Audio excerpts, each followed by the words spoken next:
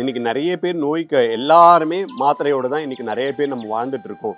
ஆகவே நம்ம வியாழக்கிழமையில பாபா கோவிலுக்கு போய் அந்த துணியில மட்டை தேங்காயும் ஊதுபத்தியும் வைக்கும்போது நமக்கு எண்ணில் அடங்காத நன்மைகள் கிடைக்கும். அதே மாதிரி பாபாவோட ஆர்த்தியை பார்த்துட்டு அப்படியே நம்ம திரும்பி வந்துடக்கூடாது.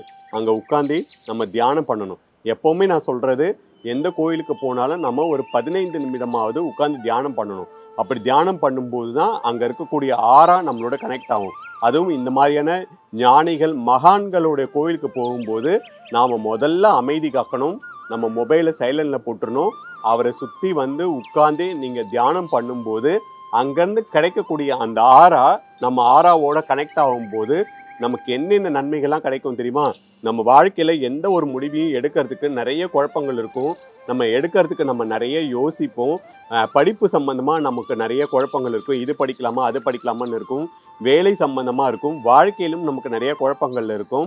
அது எல்லாமே உட்கார்ந்து தியானம் பண்ணுறதுனால அந்த ஆறா நம்ம ஆறாவோட கனெக்ட் ஆகிறதுனால அது நீங்கி நம்ம சரியாக நம்மளோட மனமும் நம்மளோட மூளையும் சமசீராக இயங்கி நம்ம எந்த ஒரு முடிவும் தெளிவாக எடுக்கிறதுக்கான ஒரு சூழலை ஏற்படுத்தி தரும்.